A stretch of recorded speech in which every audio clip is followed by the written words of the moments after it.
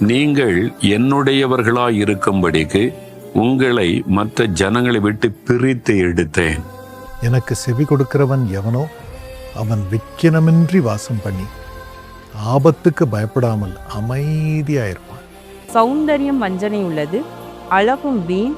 கர்த்தருக்கு பயப்படுகிற ஸ்திரீயே புகழப்படுவாள். என் சத்துருக்களுக்கு முன்பாக நீர் எனக்கு ஒரு பந்தியை ஆயத்தப்படுத்தி என் தலையை எண்ணெயால் அபிஷேகம் பண்ணுகிறேன். என் பாத்திரம் நிரம்பி வழிகிறது. குறித்த காலத்திற்கு தரிசனம் இன்னும் வைக்கப்பட்டிருக்கிறது. ஆனாலும் நீதிமானை சோதித்தறிந்து உள்ளிந்தெரியங்களையும் இருதயத்தையும் பார்க்கிற சேனைகளின் கர்த்தாவே, நீர் அவர்களுக்கு நீதியை சரி கட்டுகிறதை காண்பேனாக. என் காரியத்தை உம்மிடத்தில் சாட்டிவிட்டேன். யோனாவை விழுங்கும்படி ஒரு பெரிய மீனை கர்த்தர் ஆயத்தப்படுத்தி இருந்தார். அந்த மீன் வயிற்றிலே யோனா ராப்பகல் 3 நாள் இருந்தார்.